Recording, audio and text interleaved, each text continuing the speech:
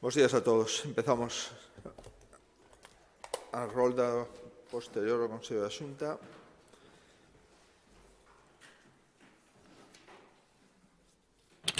Como ven sendo habitual no último ano longo, empezamos dando os datos da situación da pandemia en Galicia. Son 3.122 casos activos, 47 se atopan nas UCIs, un 81% menos que durante o pico da pandemia. Son 164 os que se atopan ingresados nas plantas do hospital.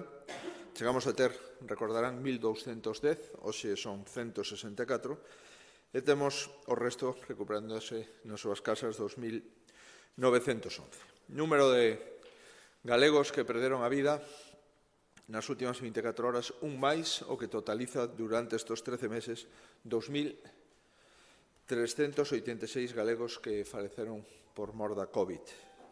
Nunca vamos a esquecer este número de personas que lamentablemente faleceron. Por tanto, é certo que se disminuiu a mortalidade dunha forma evidente, constante, continua. Estamos falando de moitísimos días con mortalidades de un paciente, outros con mortalidades de 0 pacientes, outros con 2 pacientes, pero o certo é verdade que a mortalidade pola COVID sigue existindo, moito menos, pero sigue existindo. Por conseguinte, temos que seguir traballando. E coa incerteza que se abre a partir do 9 de maio, pois temos que seguir traballando coa prudencia que se necesita e co rigor coa que vimos nos últimos meses. Precisamente a partir de agora o Sergas vai a comenzar a remitir os 100.000 galegos que superaron a enfermedade hai máis de 3 meses un cuestionario para coñecer as posibles secuelas que deixa a COVID.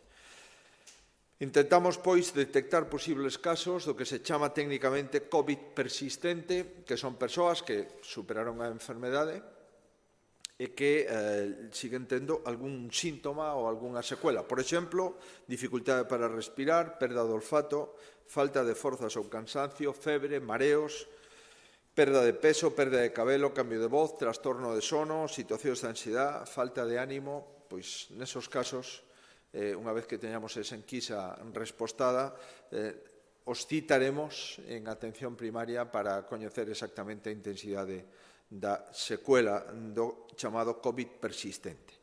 Avanzamos, por tanto, na atención de todos os pacientes que pasaron por esta enfermedade para intentar mellorar a súa asistencia sanitaria, monitorizar o seu estado de saúde e coñecer mellor esa enfermedade e as súas consecuencias. Xa temos 100.000 personas que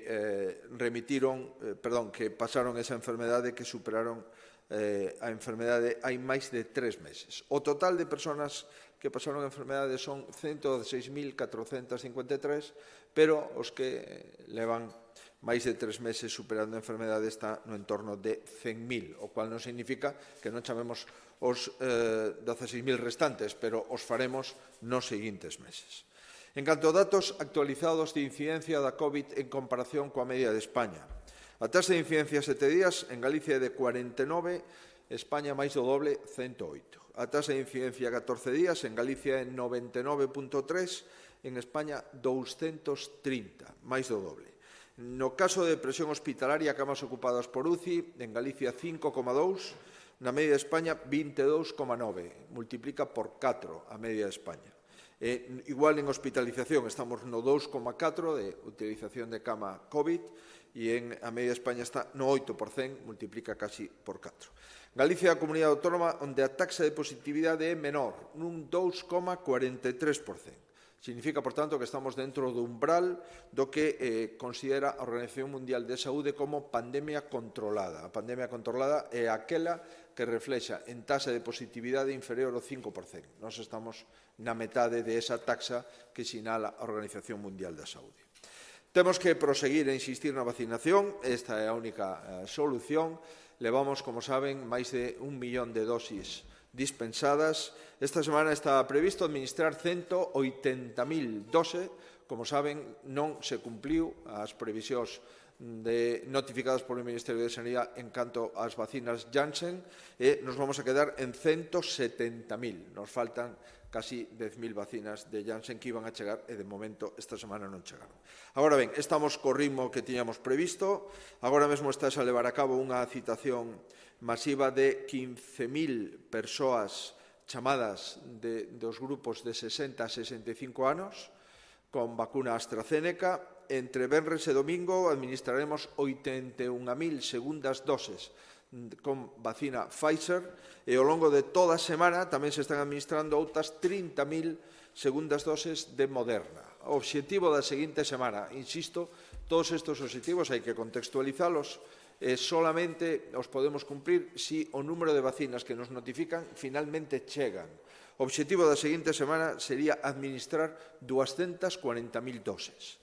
Ese é un obxectivo que se vai incrementando de forma continuada porque o número de vacinas se vai incrementando, aínda que ás veces non se cumple na totalidade as vacinas que nos notifican durante o fin de semana que vamos a recibir a semana seguinte. Pero, en todo caso, esta semana administraremos 170.000 doses e a próxima vamos a intentar chegar a 240.000.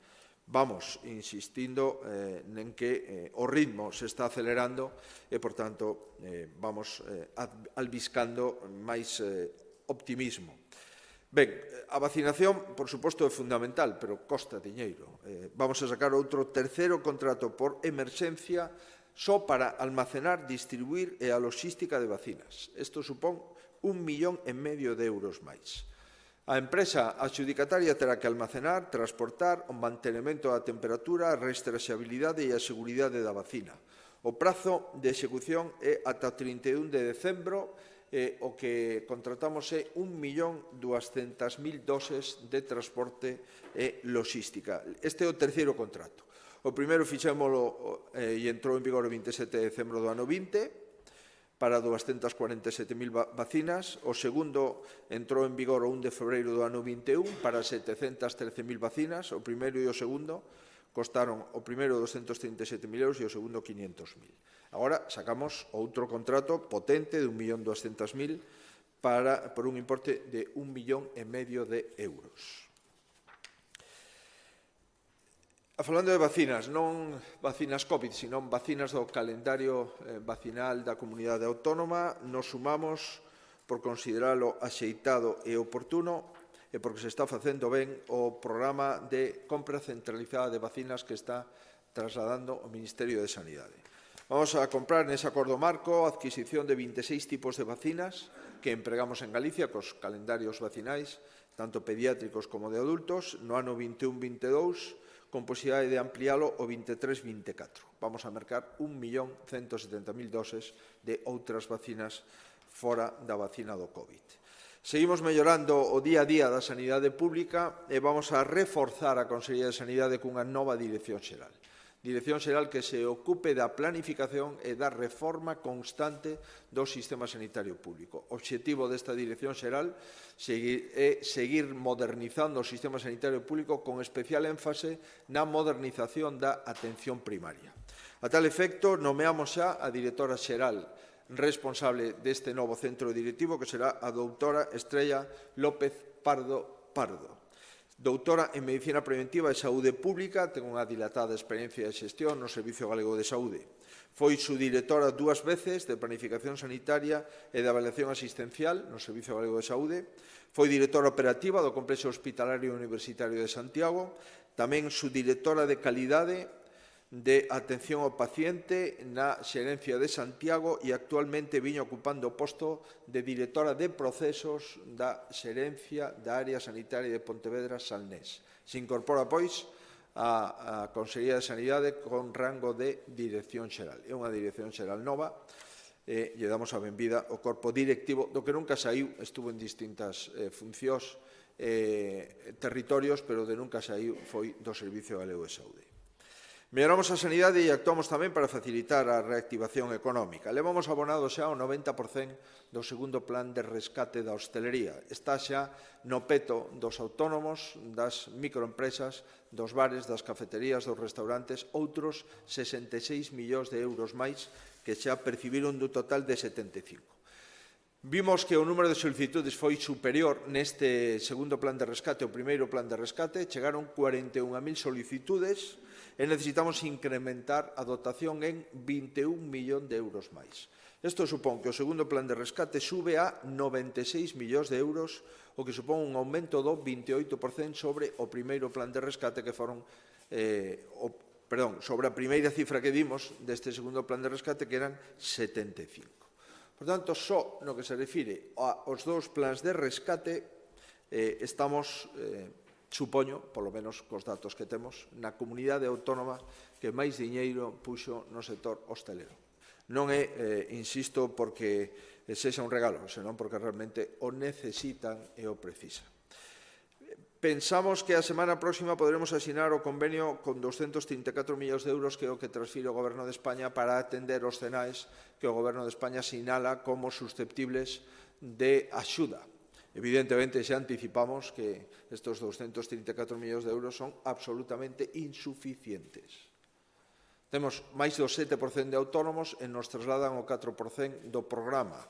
Evidente que xa de entrada detectamos que nos faltan como mínimo máis de 100 millóns de euros para atender só os CENAEs, é dicir, as actividades económicas que o Ministerio considera que debemos de atender. En fin, vamos a xestionar este fondo que nos traslada o Goberno de España, aplicarlle o que propón o Goberno de España e ver exactamente cales son as dificultades nesta aplicación.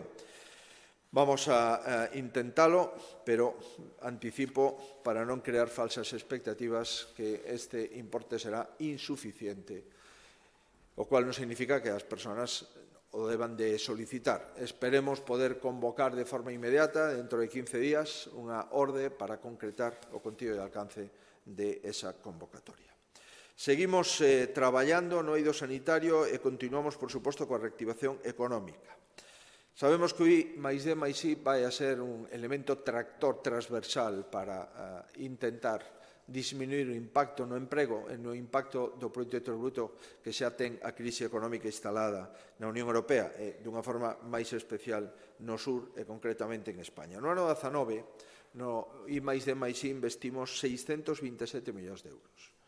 En personal, máis de 11.000 personas, e en investigadores estamos financiando a 6.700 investigadores no total de Galicia, sistema universitario, sistema sanitario, no ámbito do sector primario, en Agacal, e tamén no ámbito da pesca, etc. Máis de 6.000 investigadores traballan en Galicia.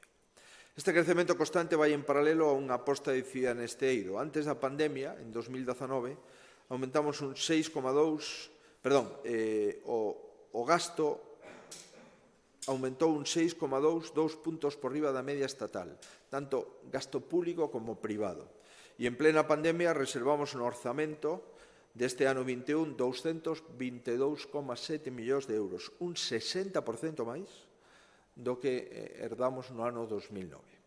Pero ben, neste momento estamos elaborando a estrategia de especialización inteligente RIS3 para o período 21-27. De acordo coa normativa europea.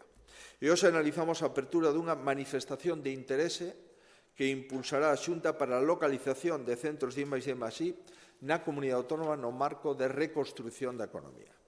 Perseguimos dúas metas: identificar potenciais empresas interesadas en asentar os centros de I+D+I en Galicia e tamén obter información sobre o ecosistema de innovación para definir futuros apoios. Por tanto, vamos a facer unha cata no sector académico, no sector empresarial, no sector de emprendemento, para ver si teñen interés en ubicarse en novos centros de investigación de I+D+I en Galicia e para ver por onde está o sector empresarial investindo en I+D+I. Esta cata estará aberta ata o 31 de maio. Todas as propostas se considerarán confidenciais, polo tanto non obligan, pero para poder ser atendido, ou polo menos para poder presentar candidatura a este estrategia de manifestación de interés, deberán de cumplir requisitos. O centro, evidentemente, debe situarse en Galicia. Acoller un mínimo de 30 traballadores, presentar un orzamento mínimo de 10 millóns de euros e unha actividade de polo menos 5 anos consecutivos. E deben estar orientados, lóxicamente, aos obxectivos da RIS3, que é a política de I+D+I da Unión Europea. Esta manifestación de interese non é a única que abriu o Goberno galego. Tamén recordarán que abrimos outra no medio rural para identificar iniciativas de empresas do sector primario, agroalimentario e outros que podan optar a fondos da Unión Europea. Ampliamos ata o 14 de maio o prazo para enviar propostas para aqueles que queran investir ou ubicar en Galicia actividades agroalimentarias ou actividades no ámbito do sector primario no conxunto, no seu máxima consideración. Precisamente, estes fondos Next Generation será unha das cuestións que tratarei mañá coa reunión coa vicepresidenta segunda do Goberno que manterei no Ministerio. Trasladarei á ministra o traballo realizado por unha candidatura avalada por un comité de expertos solvente que veu traballando durante o último ano e que presentamos os fondos Next Generation, que, como recordarán, chega hasta 354 proxectos cun total de investimento aproximado de 20.000 millóns de euros e 5 cadeas de valor. Entendemos que esta candidatura encaixa nos fondos e no plan de recuperación, de transformación que presentou o Goberno de España, e con esta proposta queremos non só impulsar a reactivación económica, senón tamén transformar o modelo de crecemento de acordo cos parámetros da nova economía que sinala a Unión Europea. Dentro deste amplo paquete podemos destacar proxectos nos que incidirei coa reunión coa vicepresidenta Calviño, nos proxectos do sector da automoción, o proxecto Autoáncora, concretado polo propio sector e a multinacional PSA, proxectos de cadea agromar-industria, o ámbito aeroespacial e, por suposto, o polo de transformación de Galicia con os 8 proxectos tractores da nosa economía, onde recordarán o proxecto da fábrica na economía circular, o proxecto de fibras textís, os temas de hidróxeno verde e temas eólicos. Abordaremos probablemente outros asuntos. Vamos a seguir trasladando o Goberno de España co ánimo de acertar e de comunicar a crise industrial que está vivindo Galicia, que afecta a 16.000 empregos. Crise industrial en Ence, crise industrial en Alcoa, crise industrial en Navantia, crise industrial na central térmica das Pontes, na central térmica de Meirama, na industria electrointensiva. En definitiva, trasladarelle a número 1 do Goberno en materia económica cal é a situación da economía galega, cal é a situación do emprego na comunidade autónoma e cal é tamén as propostas que dentro do Goberno autonómico con responsabilidade queremos trasladarlle ao Goberno de España para ser candidatos con éxito a determinados, dentro dos proxectos que presentamos, os fondos Next Generation. Ben, falando dos problemas que ten Galicia, hai un problema evidente na comarca de Ferrol. Estamos vendo como esta comarca se está fundindo dunha forma intensa, máis intensa incluso do que ven ocurrindo nos últimos anos. A cidade de Ferrol perdeu casi 30.000 habitantes nos últimos 40 anos. Estamos celebrando os 40 anos de Estatuto de Autonomía. Confirmamos que todas as cidades de Galicia suben en población, salvo unha cidade, Ferrol. E non é que perda un pouco de población, é que perdeu 40.000 habitantes nos últimos 40 anos. Ferrol perdeu un terzo dos seus habitantes cando Galicia, no ámbito urbano, crecía de forma continuada nas 6 cidades que temos no conxunto das 7 máis grandes. Estamos a falar coa cidade coa taxa de paro máis alta de Galicia, un 17,9%. Ten a taxa de actividade e a taxa de emprego máis baixas da comunidade autónoma. A situación é extensible a toda a comarca. O problema de Ferrol non é Ferrol só cidade, que tamén, senón Ferrol, o Eume e o Ortegal, que aumentou un 18,7%, 4 puntos máis que a media o paro no ano 2020. O paro creceu en todos os sectores. O grupo máis castigado son os menores de 30 anos. Desgraciadamente, a realidade, o presente, acredita que estamos nunha situación de emerxencia. E, adicionalmente, hai unha serie de decisións do Goberno de España que están de forma constante e continua disminuindo as xa mermadas capacidades da comarca de Ferrol. O peche decidido polo Goberno de España a central térmica das Pontes. A incertidumbre generalizada de todas as industrias electrointensivas desa comarca. A non execución do comprometido dique cuberto no plan estratégico de Navantia, a falta de carga de traballo nos asteleiros públicos de Navantia, ademais do peche de Siemens Gamesa e a deslocalización da industria do plástico e simplemente algunhas das cuestións que están impactando de forma constante na economía e nas expectativas desa cidade. É evidente que son problemáticas gravísimas, as vimos concretando de forma continuada, non levamos falando desto uns meses, falamos levando desto anos, pero nos últimos meses é que nos atopamos con todo ao revés, donde había que manter a única central térmica de ciclo combinado de España era en Galicia, nas Pontes, e pechase. Onde había que facer un esforzo, dado que as fragatas se están de forma continuada prorrogando no tempo un barco ponte, non se contrata. Onde se quedara de facer unha obra civil para abaratar o custe das fragatas nun dique seco, non se fai. Non entendemos exactamente o que está ocurrindo, dende logo, o que sí, a Xunta de Galicia non vai a dar Ferrol por perdido en ningún caso. En primeiro lugar, vamos a intentar abrir un proceso de diálogo entre os axentes económicos, sociais e partidos políticos na comarca. En segundo lugar, vamos a mobilizar, e estámoslo facendo, todas as consellerías, todos os departamentos da Xunta de Galicia para ver como podemos priorizar investimentos e localizacións de empresas dentro da comarca de Ferrol e Eume e Ortegal. E, en terceiro lugar, hai que implicar as administracións. Ferrol é unha cidade de Estado, porque foi unha cidade que naceu e que se desenvolveu de acordo cos criterios e coas necesidades do Estado durante moitas décadas. Pois necesitamos un pacto de Estado por Ferrol, donde este, por suposto, o Goberno da Xunta de Galicia, o Goberno dos Concellos, a Diputación da Coruña e o ariete principal, que é o Goberno Central, que decide todas as políticas navais do sector público e as políticas enerxéticas no ámbito dos sectores de electrointensivas e de conformación de enerxía. Propoñemos, por tanto, un pacto de Estado por Ferrol. Seremos os primeiros en propoñer cousas concretas, pero, dende logo, o que non podemos é seguir así, dicindo que temos un problema, simplemente recreándonos no problema e non facendo ningunha sola proposta. Certamente Ferrol non merece o trato que está recibindo por parte de todos e especialmente da Administración Xeral, do pouco que tiña, se sigue desmantelando. No eido da tecnoloxía, damos un paso máis e aprobamos o Plan 21-23 de posto digital avanzado do traballo do empregado público. Vamos a digitalizar un novo modelo de traballo non presencial de 22.000 empregados da Administración galega, é dicir, todo, incluída a Administración de Xustiza, salvo sergas e docencia, que teñen o seu propio plan. Vamos a mercar e investir 21,7 millóns de euros. Para que? Para favorecer a virtualización dos escritorios e facilitar o acceso remoto de xeito seguro, de tal xeito que calquera persona da Xunta co seu equipo poda traballar en calquer lugar.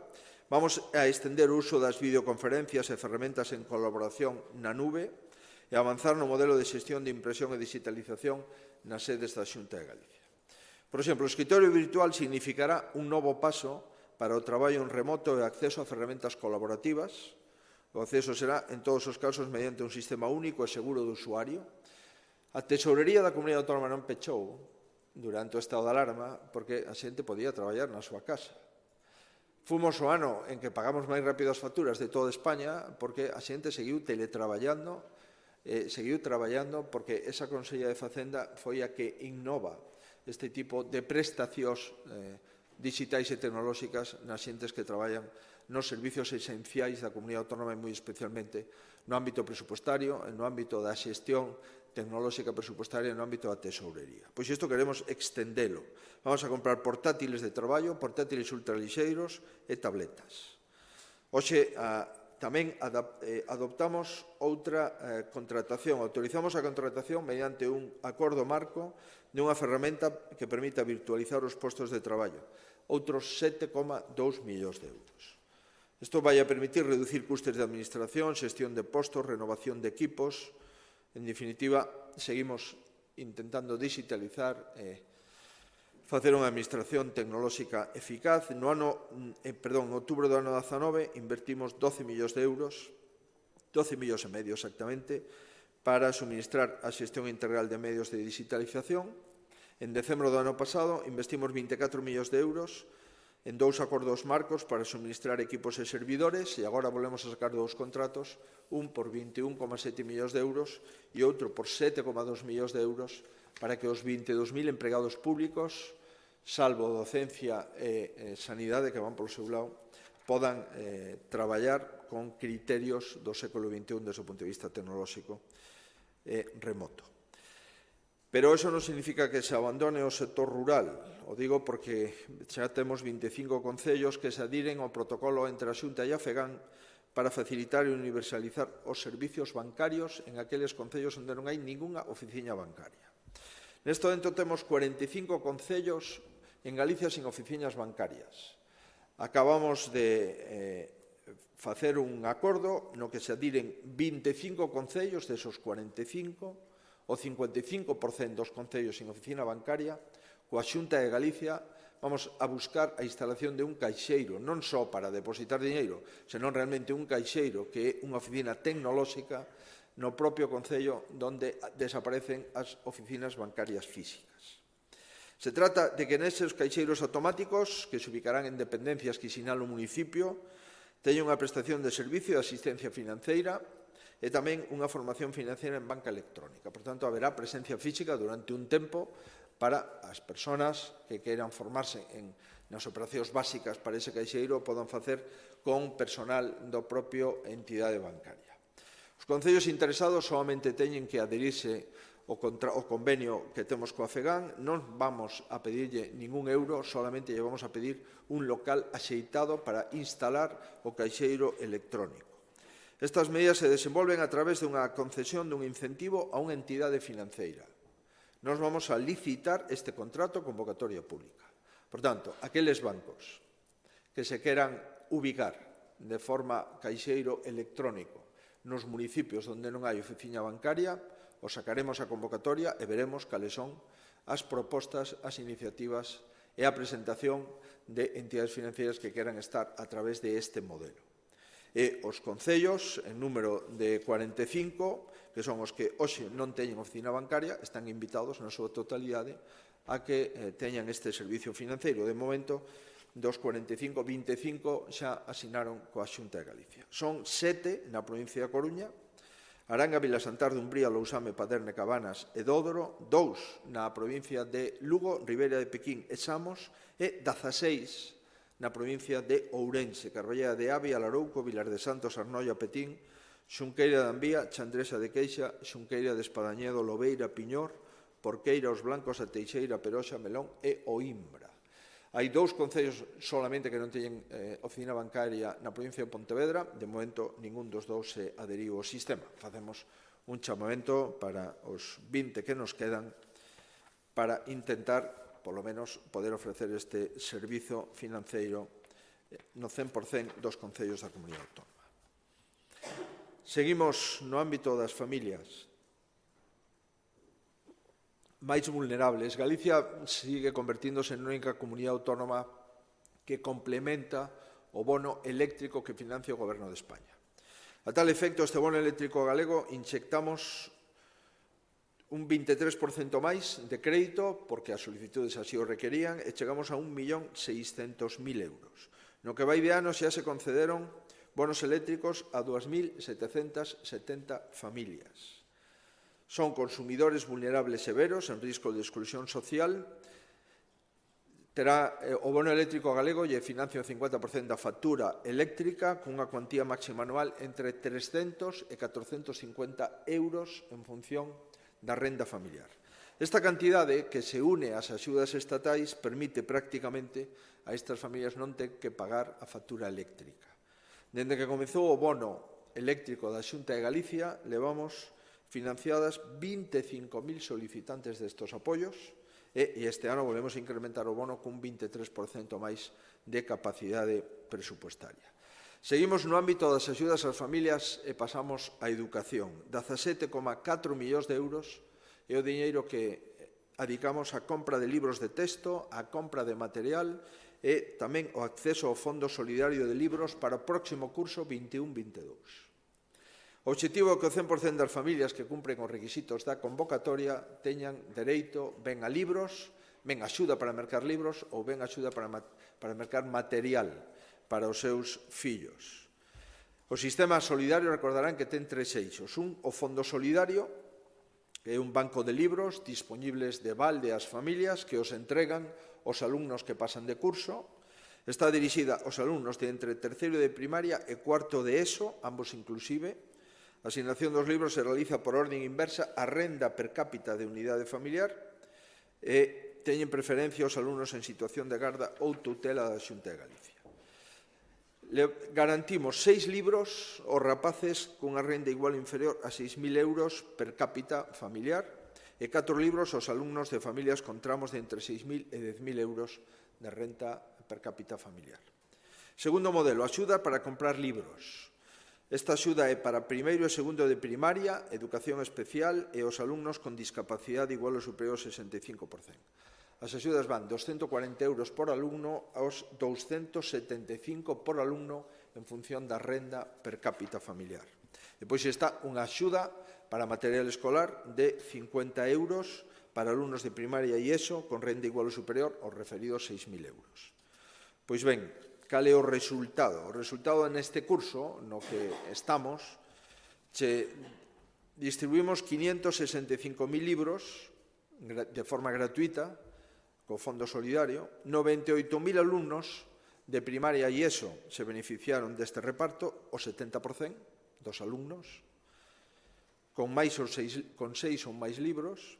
27.000 rapaces recibiron axudas da Xunta para mercar libros, que son os de primaria, e un 20% aproximadamente, e 100.000 alumnos recibiron vales de 50 euros para material, que é aproximadamente o 50% de todos os alumnos da educación obligatoria da Xunta de Galicia. Pois ben, o próximo ano volvemos outra vez a garantir o 100% das familias que estén nestes umbrales de renta en función do curso onde están o seu fillo ou filla estudando, ou ben libros gratuitos, ou ben axuda para mercar, no caso de primeiro e segundo de primaria, ou ben material docente para o curso académico que comenzará a partir de setembro deste ano.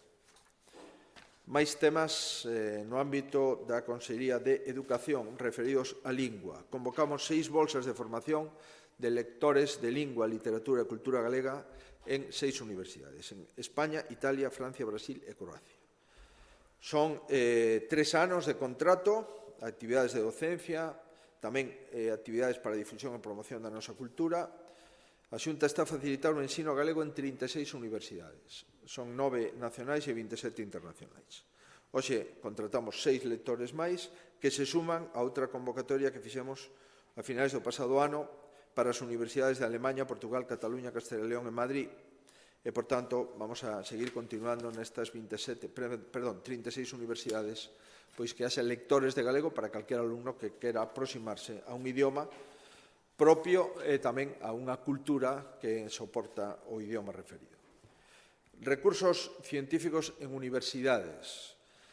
Vamos a dotar con 1.700.000 euros o Consorcio Interuniversitario do Sistema Universitario de Galicia, é dicir, as 3 universidades, para que podan financiar recursos informáticos necesarios para levar a cabo traballos científicos empregados nas bibliotecas universitarias, tanto para os docentes como para os alumnos. Se trata de acceder a través de formato electrónico a revistas científicas, a libros especializados e poder ter, así con economía de escala, todo o sistema universitario dentro da accesibilidade plena a todas as revistas científicas ou manuais que o propio sistema universitario seleccione. Por tanto, estamos dándolle outra vez ao Consorcio Interuniversitario de Galicia, que, como saben, se ubicará no edificio Fontán, na Cidade da Cultura, presuposto axeitado para cumprir o seu labor e traballo en equipo das universidades.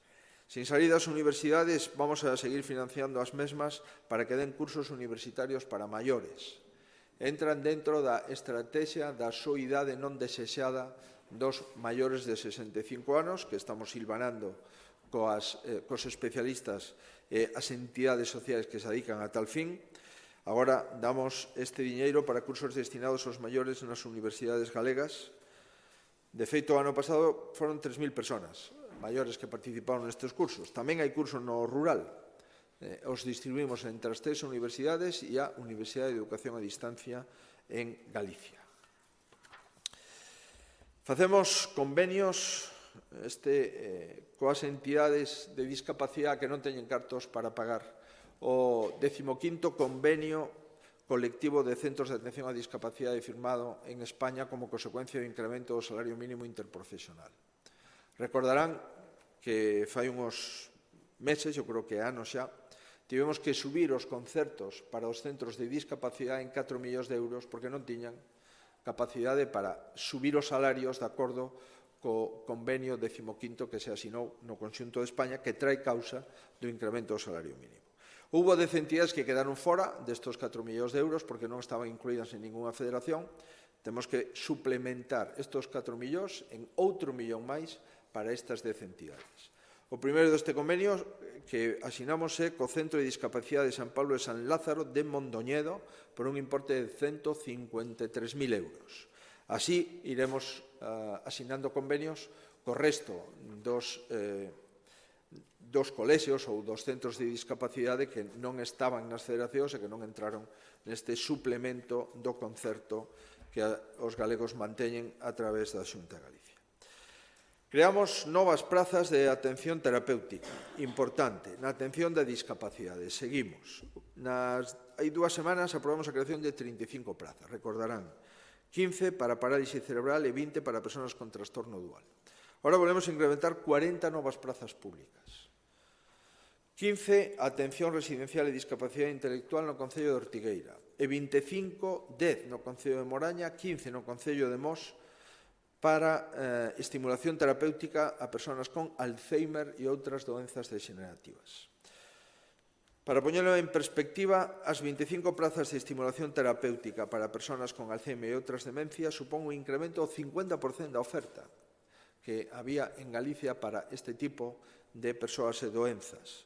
O importe de estas plazas que creamos, destas 40 novas, 15 para discapacidade intelectual e 25 para persoas con Alzheimer, supón un coste adicional de 2,1 millón de euros.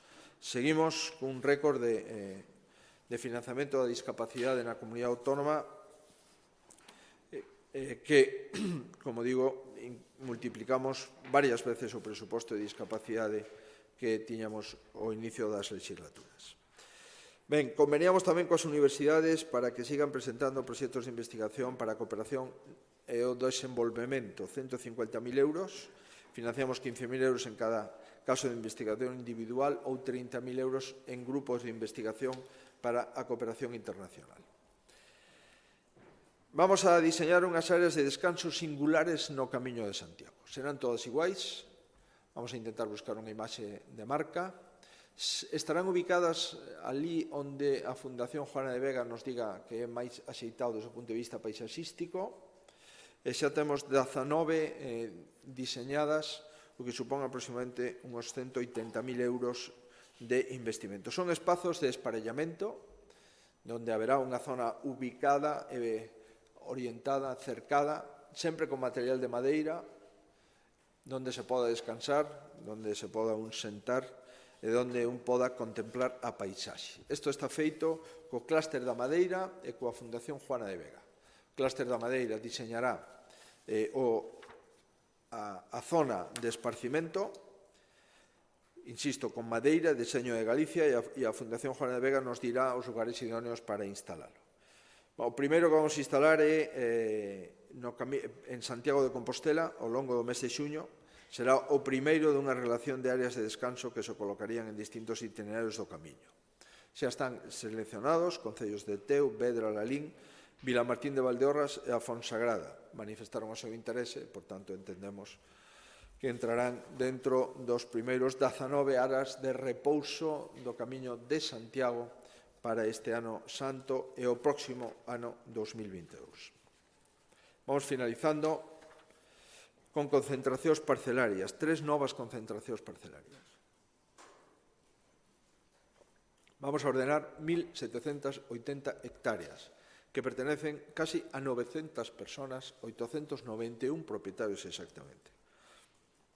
Son 3 concentracións. Unha parroquia no Concello de Ordes, San Xulián de Poulo, outra parroquia no Concello de Friol, San Xoán de Xoane de Pregación, e outra no Concello de Castro de Rei, parroquia de Viladonga.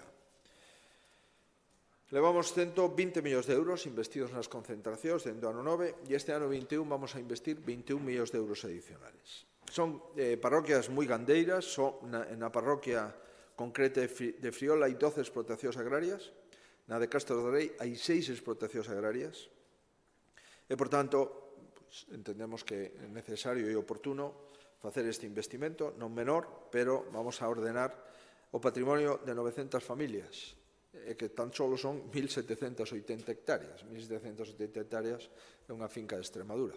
Lamentablemente aquí son miles de fincas que temos que ordenar, reordenar, establecer camiños, dar novos títulos de propiedade, levantamentos topográficos, etc., e poñer de acordo as persoas ás que se lle concentra a súa propiedade. Seguimos traballando neste orfebrería do territorio que necesita Galicia para poñer en valor as explotacións. Espero que coa Lei de Recuperación de Terra Agraria os polígonos agroforestais nos permitan ir máis rápido e sustituir esta labor tan complexa desde o punto de vista xurídico como é unha concentración parcelaria. A pesar de que o ano 20 foi un ano de pandemia dende mediados de marzo, realmente cos GDRs, os grupos de desenvolvemento rural, creamos un milleiro de postos de traballo, en 350, dos cuales son 350 novos empregos e un milleiro de postos de traballo consolidados. Dos 24 GDRs presentaron 492 proxectos, se movilizaron 61 millóns de euros e puxemos de diñeiro público 24 millóns de euros. Son proxectos que intentan mellorar a calidade de vida do rural, rehabilitación de patrimonio, construción ou rehabilitación de edificios para hostelería ou para outro tipo de servizos. No período 14-20, período europeo, aprobamos 1.151 proxectos. Creamos 2.638 empregos e se inyectaron como axuda pública 62 millóns de euros. Anticipo que a partir do vindeiro 3 de maio sacamos a convocatoria dos GDRs do próximo ano 21-22, próxima convocatoria, por 13 millóns de euros. Por tanto, está resultando bo operativo. Na maioría dos casos son proxectos sólidos e esperemos que a maioría se convertan na totalidade dos casos. Falamos de benestar animal e vamos a subvencionar con 440.000 euros os concellos e as asociacións inscritas no Rexistro Galego de Asociacións para a Protección e Defensa dos Animais de Compañía. Se trata de garantir a protección de animais domésticos abandonados. Esta é a maior cuantía mobilizada dende a posta en marcha no ano 2017. Por tanto, vamos a chegar a financiar esta quinta convocatoria, que son 34 centros, tanto os centros coñecidos dos municipios como os que posúen as asociacións para a protección e defensa dos animais de compañía, 440.000 euros. Finalizamos con infraestructuras. Infraestructura de saneamiento.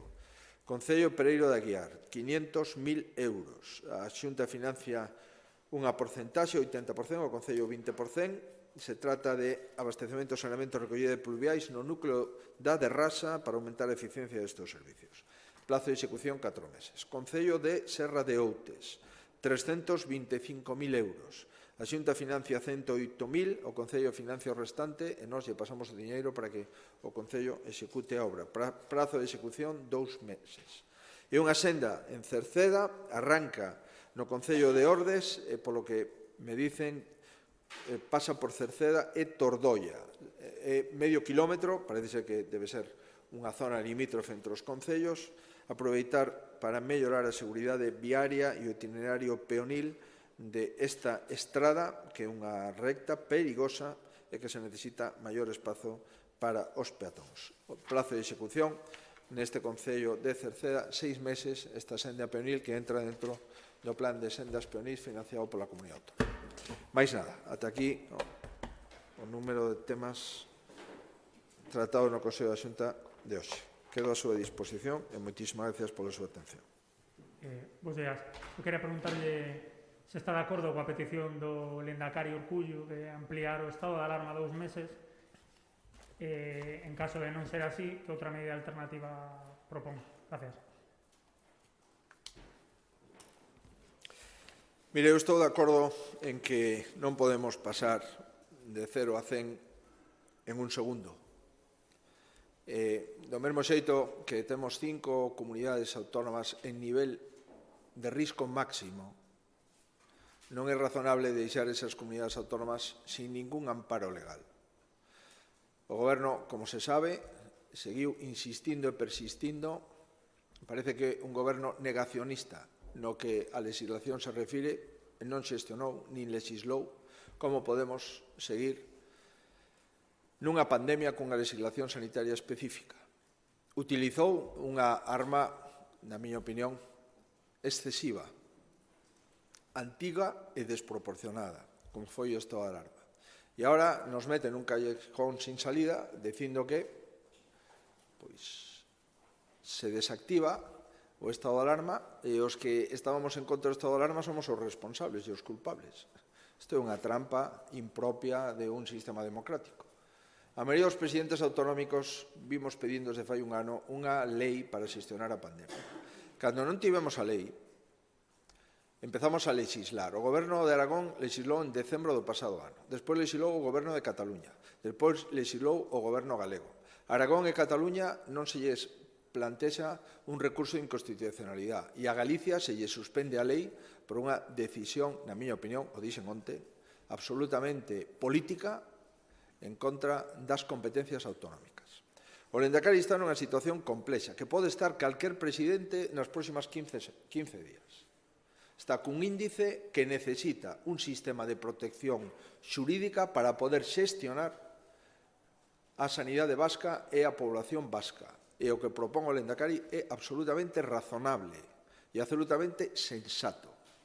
Non se pode deixar a comunidades autónomas con incidencia a 14 días superior a 400 sin rede ninguna.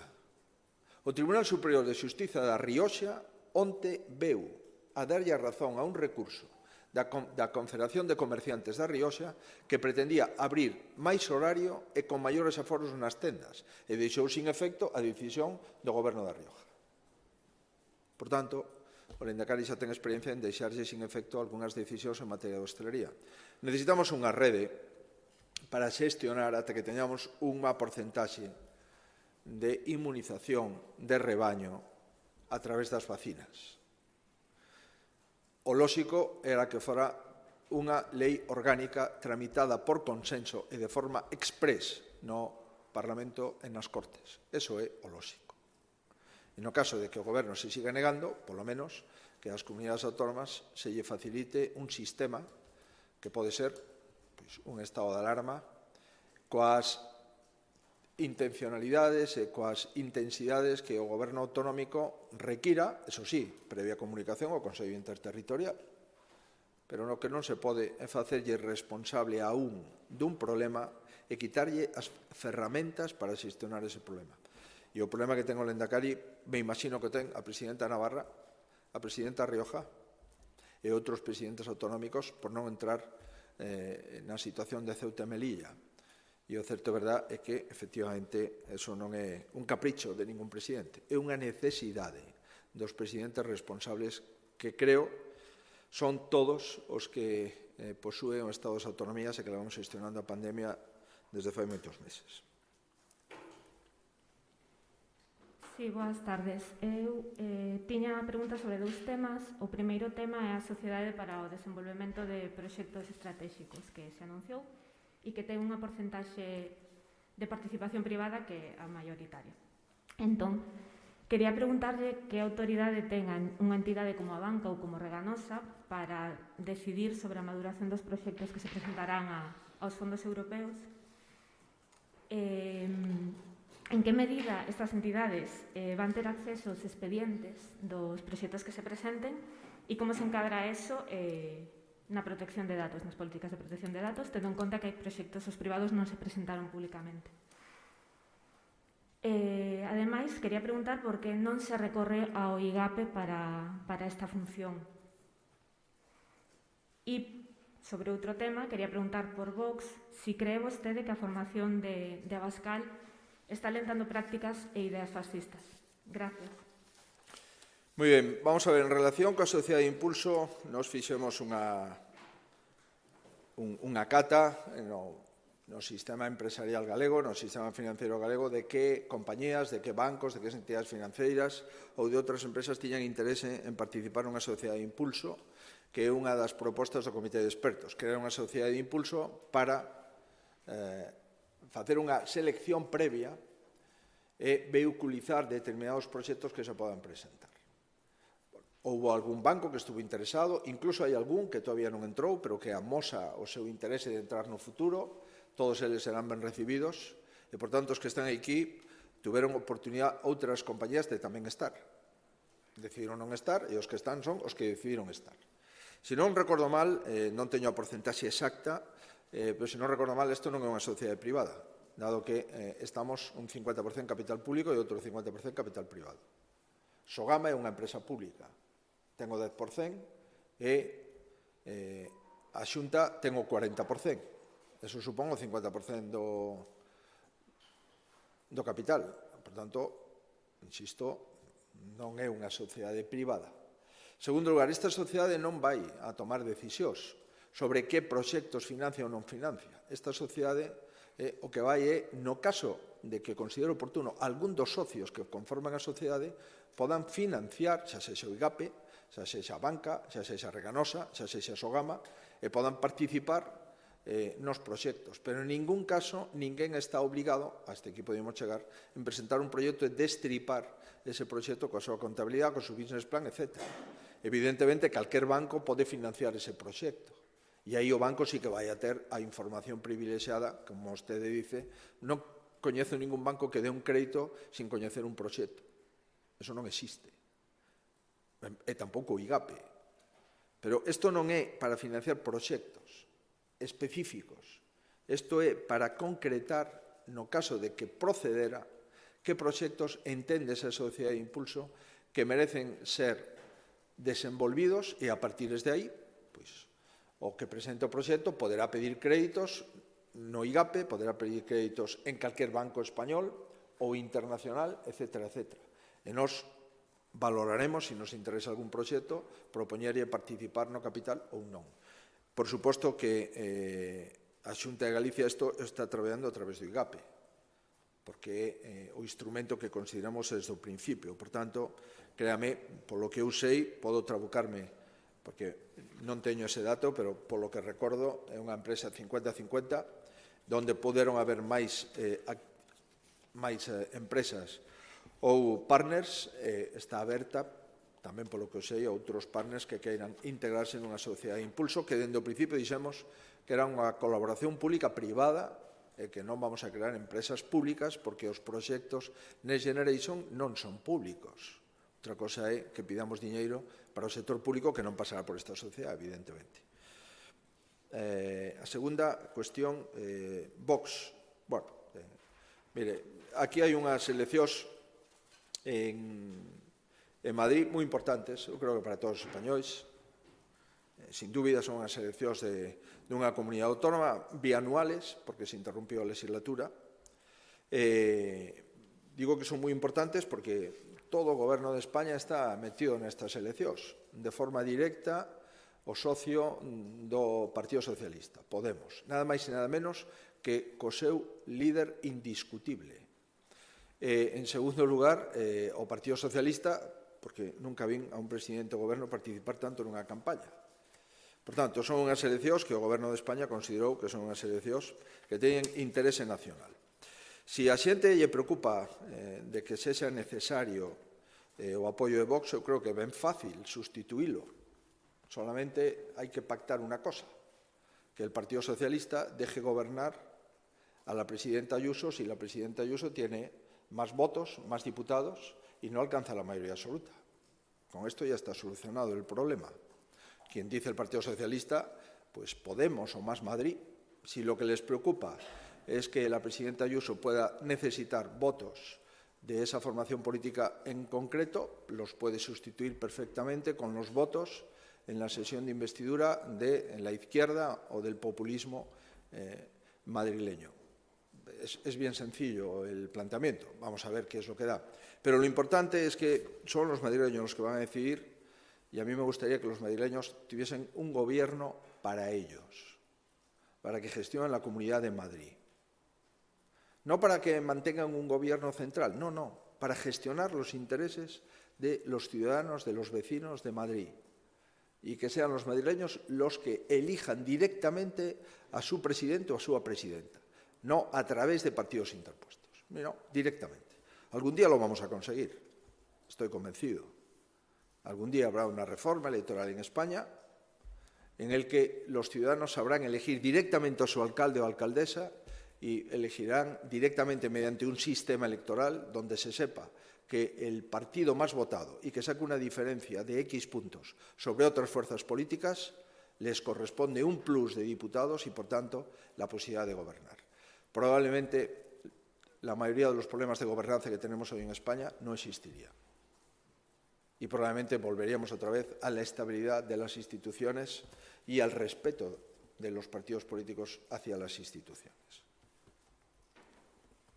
Yo quería preguntarle, volviendo al estado de alarma, no sé si me puede confirmar si ayer en la interterritorial se habló de esto, de cómo se va a gobernar, si va a ser vía decreto ley y si cree que las comunidades deberían ponerse de acuerdo, deberían coordinarse para tomar medidas homogéneas.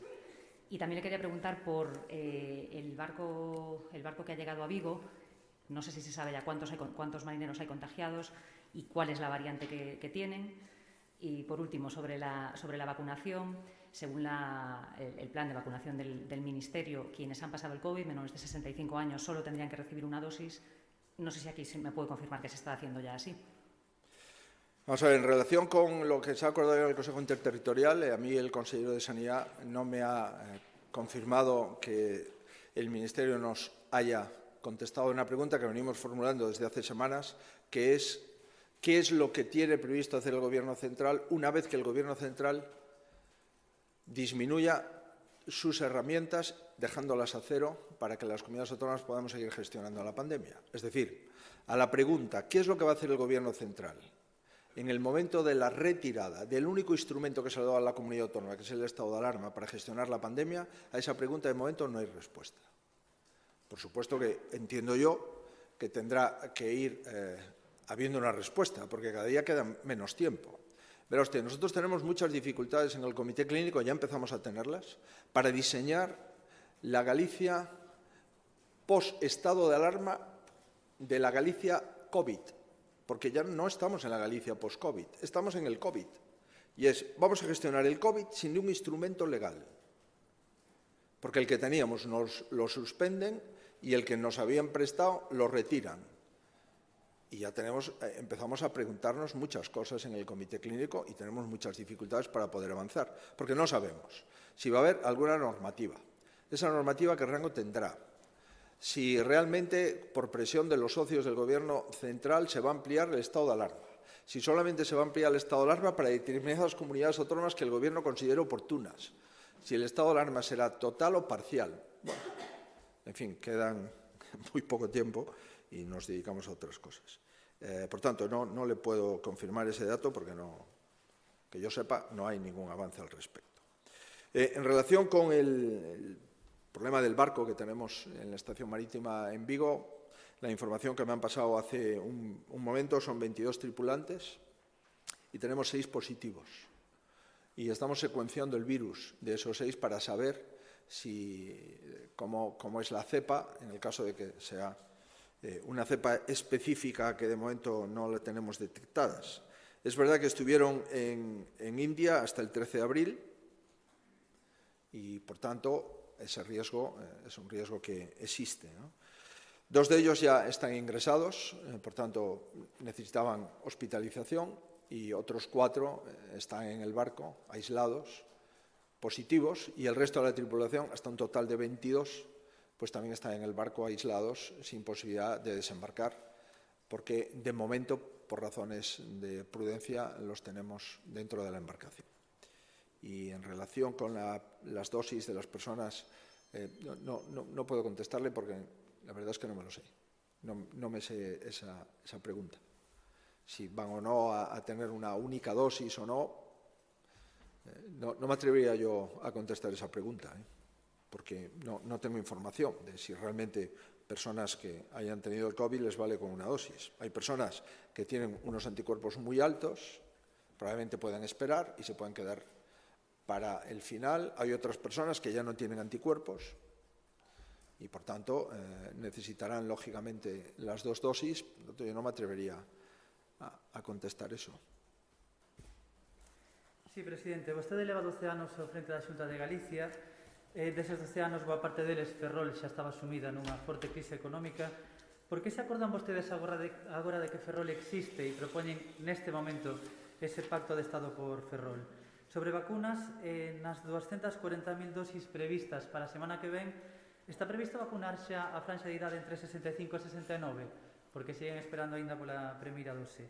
E sobre as eleccións en Madrid, quería preguntarlle se vostede cree que o Partido Popular debe pactar con Vox se o resultado finalmente é o que están a indicar todas as enquisas.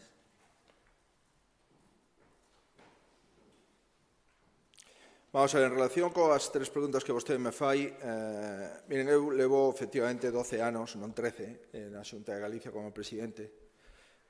Creo eu, vamos, por mí.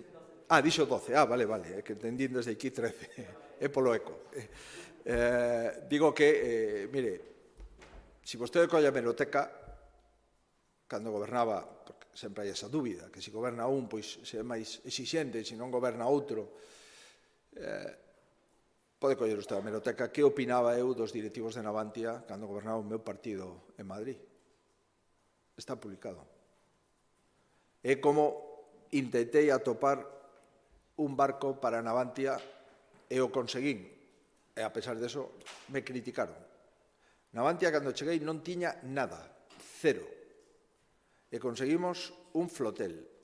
E, adicionalmente, a través de reunións e de contactos entre Navantia e Iberdrola, conseguimos que 700 familias en Fene, no asteleiro de Fene Ferrol, teñan carga de traballo de forma ininterrumpida nos últimos 8, 9, 10 anos, a través das jackets e das estructuras para enerxía eólica marina. 700 familias, cun asteleiro que levaba pechado 10 anos. E, adicionalmente, conseguimos o contrato das fragatas, 4.000 millóns de euros, que empezaban con 250 millóns de euros no ano 2018. Resultado de todo isto, as fragatas aprazadas, ningún barco ponte e os compromisos co dique no asteleiro de Navantia incumplido. Por tanto, Navantia está sin carga de traballo, vai a seguir sin carga de traballo ata o ano 2023 como mínimo, porque o corte de chapa non supón incremento de traballo. Segunda cuestión distinta e diferente. Nos últimos 12 anos conseguimos que a única central de ciclo combinado que iba a ter vida útil en España iba a ser a central térmica das Pontes. 200 millóns de euros de investimento, eu estiven ali, o presidente de Navantia, perdón, o presidente das Pontes, de Endesa e o alcalde das Pontes.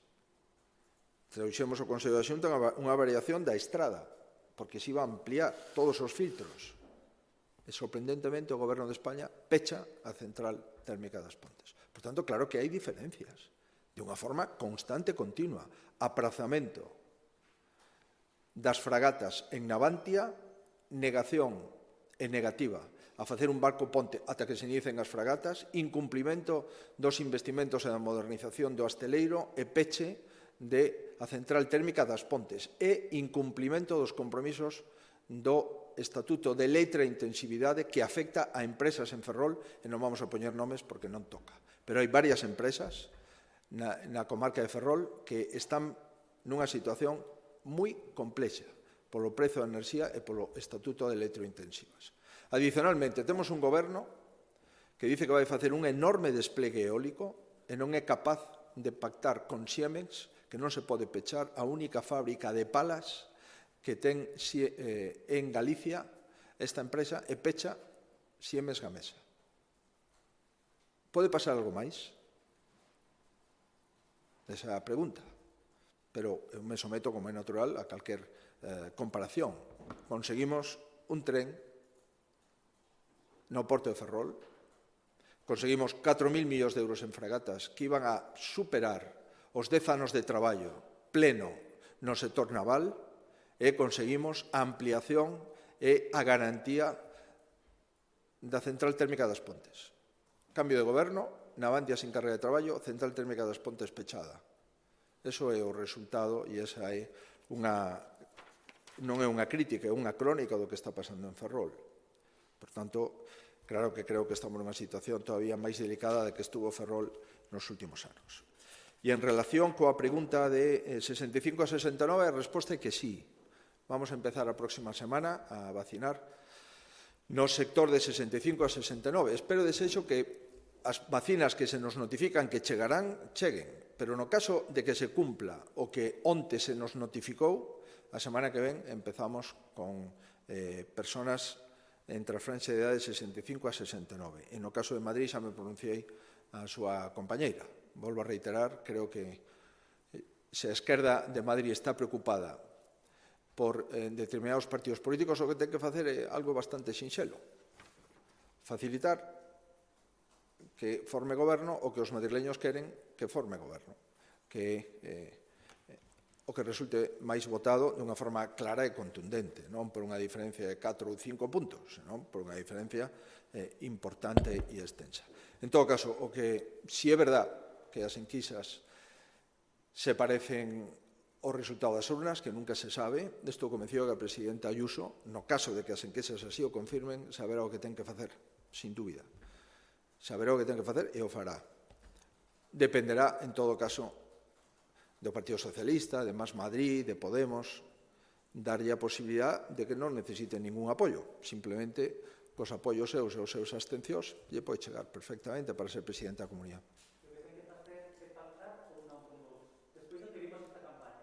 Despois do que vimos nesta campaña, eu prefiro que esta campaña sexa unha das campañas para non imitar o movimento populista no que o Partido Socialista acaba de participar e unha persona respetable no ámbito político como o señor Gabilondo que lle faga o xogo e que traballe co señor Iglesias para todo este movimento lamentable que foi o que vimos durante estas semanas, volvo a reiterar, é lamentable. Mire, o que vimos, o espectáculo que se deu, utilizando a empresa pública Correos, sabendo perfectamente que está con capacidade suficiente e cunhos escáneres o suficientemente sólidos como para detectar ántrax e que non detecta balas ou obxetos metálicos, é algo que necesita unha explicación. Necesita unha explicación. Como é posible deixar a empresa pública Correos nesta situación? Sendo un dos mellores correos de Europa. Eu lamento profundamente que se utilice Correos para facer unha campaña. É increíble, volvo a reiterar. Si fomos capaces de detectar o ántrax, como non vamos a ser capaces de detectar metales nos envíos postais de 100 gramos ou superior, sin entrar nos escáneres dos ministerios. Non me imagino que me entre unha carta no meu despacho con esos instrumentos ou esos produtos que parece ser lle dirixen a outros políticos. Lle podo asegurar que Correos Galicia ten escáner e a Xunta de Galicia tamén os ten. As cartas hacia determinados cargos públicos, xa non falamos do Ministerio do Interior, pasan por varios escáneres. Non pasan directamente ao despacho do ministro correspondente. Pero, en fin, reitero, creo que hai unha presidenta que está intentando facer unha campaña e hai outros que están intentando mobilizar a un determinada parte do electorado. Por tanto, a esquerda está mobilizando e a presidenta Ayuso está facendo unha campaña política que é o que toca nunhas eleccións. Sí, presidente, boa tarde. Por fiar un pouco con este tema, vostede desplázase a Madrid xusto hoxe, mañá ten tamén a reunión que nos comunicou agora no Consello. Non sei se vai aproveitar para ter algún acto de campaña precisamente coa súa compañeira Ayuso, e despois, por incidir un pouco na vía do que lle plantexaban os compañeiros, se vostede lle aconsellaría, chegado o momento, se o precisa para manterse no goberno, pactar con Vox. Eso por un lado. Despois, en relación ao estado de alarma, a proposta de Urcullo, suxería agora, dicía que lle parece unha proposta razoable porque as comunidades precisan unha rede. Entón, quería saber se o mellor a Xunta non ten pensado ir un paso alá, un paso máis alá, digamos, e plantexar ela directamente o Goberno Central que se prorrogue ese estado de alarma na liña do que plantexou Urcullo. E despois unha terceira pregunta en relación ao posicionamento da Eurocámara sobre a gratuidade das PCRs, dos test para o certificado COVID, se a Xunta está de acordo con que sexan gratuitos, e no caso dos test de saliva das farmacias, tamén gratuitos que comprometeu a Xunta, a que tipoloxía ou en que caso serían gratuitos esos test. Grazas. Son bastantes. Gratuidade de PCRs, outro que era? Test de saliva. Sí, no, pero había máis preguntas. Esa xa... Sí, a primeira era Madrid, Vox, se vai ter algún acto de campaña con Ayuso. Vale. A segunda era o estado de alarma, se a Xunta o plantexa... Correcto, perdón, sí. O máis de ver razonable... Vale. Moi ben, vamos a ver, en relación coa gratuidade, as PCRs en Galicia son gratuitas. Temos test de antíxeno nos aeroportos galegos. Na maioría dos aeroportos españoles, nin o Goberno de España, que ten competencia exclusiva en sanidade exterior, fai PCRs gratuitos. Unha cousa moi sorprendente. Salvo Canarias e Baleares. Na T4 de Madrid, ningún PCR. Nada. Bueno, por tanto, claro que entendo que esa proba diagnóstica nunha pandemia debe ser gratuita. Test de salivas en farmacias sempre foron gratuitos. Nos fixemos 500.000 test de saliva en Galicia. Non se computa ningún. O Ministerio de Sanidade considera que o test PCR de saliva non computa. Algo moi sorprendente. Eso vai en contra de calquer plantexamento dos servizos de microbiología de calquer sistema nacional de saúde. Pois ben, esos 500.000 test de saliva PCR non sempre foron gratuitos e o siguen sendo. Temos unha rede de farmacias adheridas ao test de saliva en farmacias e por unha cuestión de capacidade de diagnóstica no Laboratorio de Microbiología de Vigo podemos facer 10.000 test de saliva diarios. Por lo tanto, estamos dispensando ao redor de 10 tubos por farmacia para que 10 personas todos os días podan facer o test de saliva no seu barrio. E o estamos traballando así. Hai veces que unha farmacia non ten esas 10 mostras e outras que as agota ás 10:30 da mañá. Por tanto, os test de saliva en Galicia e as PCRs son gratuitas. E creo que para acreditar o certificado de vacinación, que entendo que é o pasaporte que está traballando a Unión Europea, aquí os certificados de vacinación tamén son gratuitos, lóxicamente. Entón, me parece moi oportuno que a Unión Europea este velando por certificados de vacunación, se é posible con o mismo sistema informático para que sexan compatibles entre todas as rexións e os Estados membros. En relación coa campaña de Madrid, eu estou a disposición do meu partido. Eu vou a unha visita oficial hoxe. Me consta que, polo menos, polo que sei, confirmou o alcalde de Madrid estar nese acto. A presidenta da comunidade o que me trasladou é que lle gustaría estar, pero evidentemente tampouco creo que sexa necesario nunha campaña electoral que este a presidenta da Comunidade de Madrid.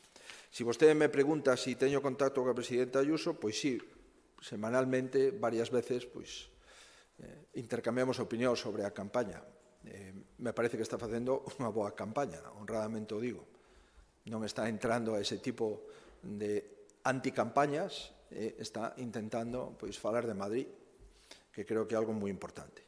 E en relación co estado de alarma, mire, nós o que lle pedimos ao Goberno Central e que nos deixe xestionar a pandemia coa lei de saúde que aprobamos no Parlamento galego nos parece suficiente. Estamos acreditando diante do Goberno e os seus representantes que nos manda que esa lei non obriga a vacinar e que esa lei non conculca dereitos fundamentais e que esa lei establece nun artigo que, cando se afecten a dereitos fundamentais, a Xunta de Galicia deberá de solicitar autorización xudicial, é que o dice a lei. Nunca ven un suposto de maniqueo tan grande de decir o que a lei non di.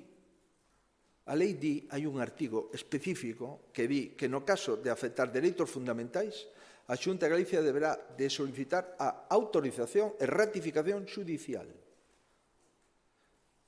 E propuxemos isto aos interlocutores do Goberno Central, se quedaron moi sorprendidos porque viron que efectivamente non hai ningún interese en trastocar a Constitución e se o autorizan poderemos facer unha interpretación e se non o autorizan e queren seguir co mecanismo da suspensión, pois non será por culpa dos interlocutores, senón será por culpa dos seus mandos. Con eso a nos chegaba. Por qué? Porque temos capacidades para tomar decisións e con esas capacidades entendemos, dado que están nunha lei, que o Tribunal Superior de Xustiza de Galicia aceptaría todas as propostas que lle fixéramos porque están respaldadas por unha lei. E en relación co estado de alarma, nós xa o dixemos, no caso de que non nos deixen xestionar a pandemia coa lei galega, polo menos que deixen os presidentes autonómicos decidir que medidas se poden adoptar e que haxa un paraguas legal suficiente para que esas medidas teñan soporte xurídico ante os tribunais. Pero, en fin, non creo que sexa necesario insistir no posicionamento de Galicia, un posicionamento coñecido que levamos traballando durante meses e que xa é un pouco cansino, desde logo para vostedes, que están escoitando sempre a mesma posición. A posición era, levamos 13 meses, había que ter unha lei ampliada, a lei orgánica do ano 96 para desactivar o estado de alarma. Se nos dixo en maio do ano pasado que sí. De feito, o Grupo Popular no Congreso dos Diputados votou que sí condicionado á ampliación da lei orgánica. A resposta do Goberno é de acordo. Posteriormente, se viu que non cumplía.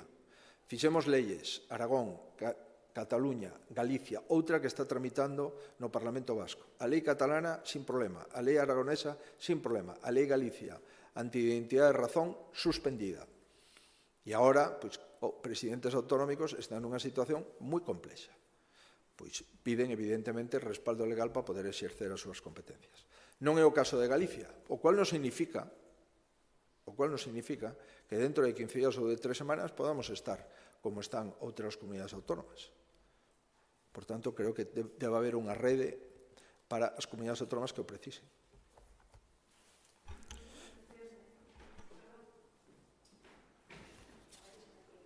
Perdón por tomar outra vez a palabra, pero quería insistir na pregunta de se considera que Vox está promovendo actitudes e ideas fascistas. Gracias.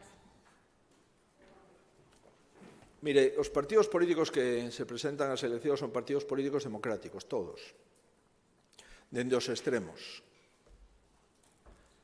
E os cidadáns teñen o dereito perfectamente de votar ou non votar. Esa é a grandeza da Constitución española e do sistema de liberdades que construímos coa Constitución do ano 78. Alguna cosa máis? Sí, unha última pregunta que nos traslada Onda Cero. Se refiere a la vacunación de tripulantes de buques. Pregunta si Galicia podría seguir el ejemplo del País Vasco y, a pesar de no contar con el ok del Ministerio de Sanidad, proceder a vacunar a los tripulantes de la flota. Mire, las conversaciones y los comentarios, las reflexiones que hemos hecho el Consejo de Sanidad, la Consejera del Mar y yo mismo, es que sí. Si el Instituto Social de la Marina no cumple sus obligaciones y no inmuniza a personas, como se ha visto ahora en este barco que está atracado en la estación marítima de Vigo, si no protege la salud de los marineros gallegos españoles que están faenando en barcos en cualquier parte de los océanos, el Servicio de Salud los quiere vacunar. Estamos en este momento buscando el sistema logístico dado que son tripulaciones que entran y salen, hay tripulaciones que ya están en el mar, hay tripulaciones que se hacen a la mar en las próximas semanas o meses. Estamos buscando con las cofradías y con los armadores el sistema logístico para vacunarles. En el caso de que, antes de encontrar ese sistema logístico, el Instituto Social de la Marina lo haga, perfecto, y si no, lo haremos nosotros. El sistema logístico perfecto está inventado, que es el que tiene el Instituto Social de la Marina, porque es su población protegida. Pero en el caso de que no le dejen vacunar, pues nosotros vamos a idear un sistema que será peor, pero que será un sistema para vacunar a los profesionales del mar que atraquen en Galicia en barcos gallegos o en barcos que tengan base o contacto con los puertos gallegos.